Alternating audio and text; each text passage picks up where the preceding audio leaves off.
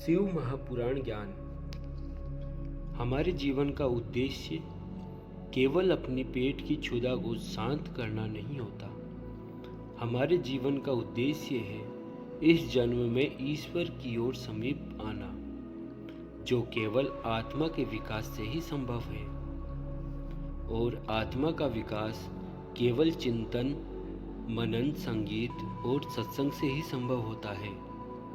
आत्मा का यही विकास मनुष्य को उसकी मनुष्यता से उबारकर ईश्वरत्व की ओर ले जाता है। इसलिए केवल ये सोचना कि जो परिश्रम नहीं कर रहे हैं वो आलसी है, ये उचित नहीं।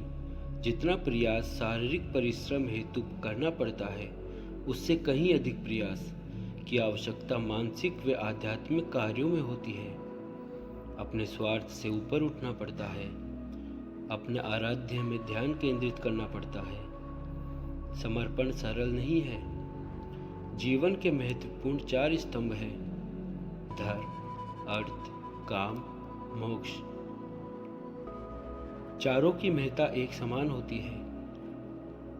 केवल धर्म के लिए शेष तीनों उद्देश्यों से विमुख हो जाना ये उचित नहीं, और ये ईश्वर को भी स्वीकार्य नहीं।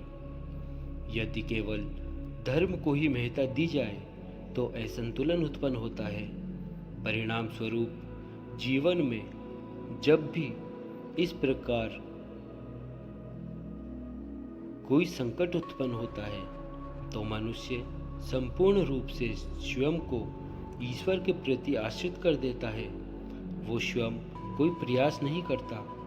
वो इस भ्रम में जीने लगता है कि ईश्वर आएंगे और उसकी सहायता करेंगे, किंतु ईश्वर केवल उसी की सहायता करते हैं जो स्वयं अपनी सहायता करने का साहस करते हैं, जो अपनी परिस्थिति को परिवर्तित करने का प्रयास करते हैं।